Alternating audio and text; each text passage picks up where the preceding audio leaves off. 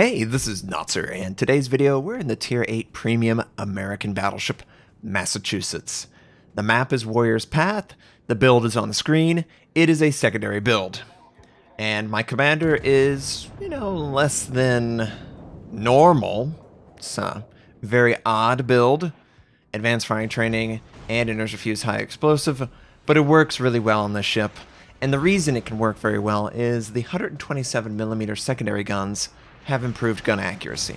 This was a feature that was introduced before the ship came out, and since the ship has been released, pretty much everyone has praised it. It's one of those premiums that lives up to the hype, and it is a very fun, different, unique experience to the regulars, right? The American battleships don't usually succeed with secondaries. They pretty much suck, and the reason they suck is the range.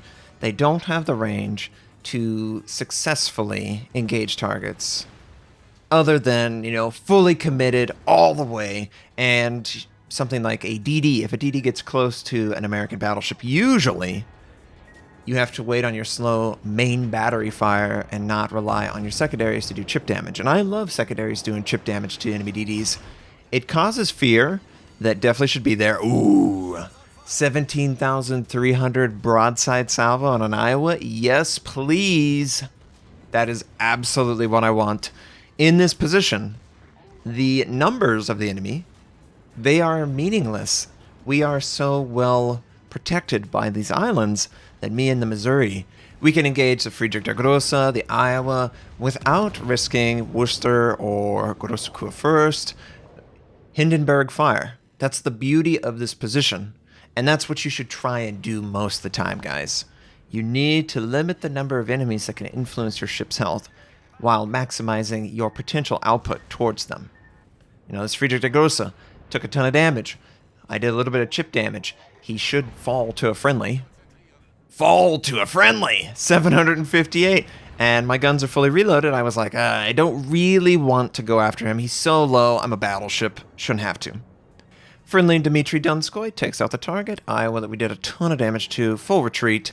Ooh, Shimakaze. Now, normally, when a destroyer is detected, they change whatever direction they happen to be headed. If you go from completely unspotted to completely spotted by everyone, there's a little bit of a panic button moment, and the Shima had that, so I led him forward, assuming he would change his direction, which he did, trying to throw off shots, but it doesn't throw off mine, because I wait and force you to commit. Clearly the Shima was broadside though, and clearly he sent torpedoes. So at this point, I was just backing up, trying to find a window, and unfortunately, I didn't commit hard enough to that large gap that was forming. I'm going to take a torpedo. It causes a flood. It was on the part of the ship that wasn't really protected. The bow and the stern have almost negative torpedo flood chance. If you take a torpedo on those positions, it's a flood. Guaranteed.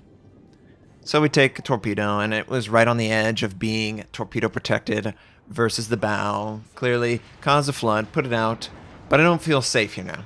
It was only two. There is a third set. Imagine if the Shimakaze would, disengage, turn back around, send his torpedoes back in this area, and I would take another one. I would flood for over a minute, and at that point, my game's over. You really can't recover from a flood. So instead of staying here and risking that really bad outcome, I'm going to go to a different part of the map. I'm going to go between B and C. I'm going to push forward. Friendly Atago is being a man and risking everything. There's probably 6 or 7 enemy ships that could fire on his position because he went through the gap and he's engaging them. He's not really the ship for that. I think I know a better ship for this aggressive play. I am pointing at myself. The Massachusetts can do this, and yes, it is a Tier 10 battleship. Tier 10 cruisers, Tier 10 destroyers. Aren't you afraid? No, I'm not afraid. This isn't some other game where you need premium ammo to engage some of these targets. Good angling, good tactics, good consumable usage. I should be completely fine. Can't say the same for the Atago, though. He doesn't have armor. He doesn't have anything. The enemies are just going to exploit that fact and wipe them out completely. And it's unfortunate. We just lost the Missouri, by the way, that I was just by. And at this stage, I was like, was this a good call? Is this good to push forward like this? Maybe I should have stayed there. You know? Well, I think that's a good play right there. The friendly Shimakaze definitely needed that. It drops a target that probably was using radar, or at least was engaging the friendly DD. I don't want a light cruiser freely firing on him. So yeah, I think it's already worth it. Taking a dangerous tier 10 out like that, absolutely perfect. The western side of the map, couple enemy ships, no big deal. B looks pretty open. There is only one DD. This is a critical part of this play, because we know that there's only one. There's only one target that could stealth. Pretty much. Yeah, the Zhao could, but only one target. Oh, yeah. And in the stream, I was talking about, wouldn't it be cool if you could just put whatever flag you wanted representing your ship? You know, maybe your clan, maybe your home country, maybe custom flags that they sell in the premium shop. Just a nice little customization. Oh, yes. Speaking of the DD, we took him out. It's gone. There's nothing on the flank that can stop us. We just need to push forward. This Edinburgh is right up against the island. I totally want to deal with him. Friendly Shima, wonderful. He is screening for my ship. Probably not by choice, but it ended up being that way. The entire enemy Shima torpedo load is in the water, and I'm going to try and find the window that I can void. Friendly Shima takes a torpedo perfectly, and he's out in the open. Edinburgh's going to take him out. Edinburgh's got to take him out. Are we going to really avoid all these torpedoes? Oh, yeah, we are. Oh, yeah, we are. And I felt bad about that shot. Note that we didn't hit anything when we fired at the Edinburgh, and yet he was very easily able to take out the friendly... More torpedoes, huh? The Zhao really wants to go at us. Are we going to be able to dodge that too? Oh, yes, we did. Dodged it. I still want to push forward. I'm going after the Edinburgh. You can't hide up against the wall, buddy. Not gonna work. I used my scout aircraft just to get a better picture of what's going on. Look at all these torpedoes.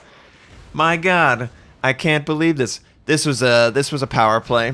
I did not expect quite as many enemies as are focusing me now, but it is causing just absolute panic among the red team. Fire's going to take that guy out. Since my fire will take out the enemy, you know, might as well double up. I like doing damage to two targets at once, and I think it's perfect. Yes, double strike. Enemy Iowa, enemy Zhao are the only ones left on the flank. I need to survive for 20 seconds, and I'm deciding, should I go after the Zhao or should I go after the Iowa? More torpedoes pass harmlessly. He's used them all. He doesn't have anything left. Iowa showing enough that I can pin his broad. Aim at the waterline, depress the gun slightly. We do find the Citadel, which is great. He tries the same thing, doesn't work out, and because I'm the Massachusetts, it's right back up. Isn't that awesome? The heal is so rewarding. This is the kind of Battleship power play that I want to see more in the game, and that heal is critical to it. It allows you to live on the edge a little bit longer. And once again, we pump more shells into the waterline. No citadels. 15,000 damage, a little bit more fire. I'm very low, and I have 30 seconds left. Looks like the Iowa burns down. Enemy Zhao tries. High explosive. I can't drop off detection at this point. I just have to hope that he won't cause high explosive for another 20 seconds. I was on the edge of my seat, hoping that he would miss. Ooh, another miss. Angle back, trying to get some damage on the target, force him to angle away. Yeah, that's not too bad. Active maneuvering. Oh, can we dodge this? Single fire on the bow. It's going to burn for a little bit. I'm hoping that I can heal once again. Yep, there we go. And the enemy is continuously firing on me. I'm continuously firing on him. He gets a double fire, and that's all she wrote. The heal will be able to keep me alive, just barely, but whenever he actually hits me with a shell, it should be done. And we were just so close on the Zao. I'm angling. I'm trying. One last shot. Is it enough? Is it enough to take out Nico? I don't believe so. But every single salvo does do damage to the target.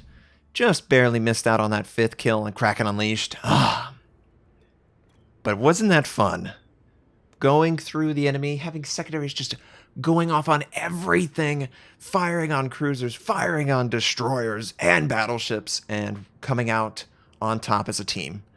There is very few things in this game that bring as much joy as the Massachusetts, and doesn't this speak for itself? The Massachusetts is the most fun you can have in a secondary ship right now. It really is. It just has a lot of great features, and it's just a really fun experience. My teammates, they're trying to sail back. The Zao is just going to remain undetected, hoping that the game ends before he dies. But hopefully it doesn't, and my team's able to take him out. Again, the Massachusetts, it aligns very well with everything. Great secondary range aligns very well with AA protection, so you can extend that out further. The American AA is the best in class, so if there was an aircraft carrier in this game, I could have dealt with that very easily. The heel's wonderful. The guns are American. They're a little less accurate than the Alabama, and even more less accurate than the North Carolina, but they work. They work quite well. They're not to the level that it's unusable, and getting that extra fast consumable recharge on your heel, I mean, I think that alone is worth everything. Whether you go secondary or not is not as important as that extra heal consumable going just rapidly off a cooldown.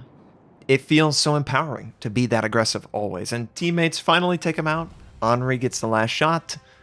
And that was a great game. Tier 8 absolutely ran through the enemy in a Tier 10 match. And it wasn't a light Tier 10 match. It was a heavy Tier 10 match. A lot of Tier 10s. But had fun. I hope you did as well. 2,158 base XP. Mostly armor piercing. A little bit of fire. Hope you have a wonderful day. And I'll catch you next time.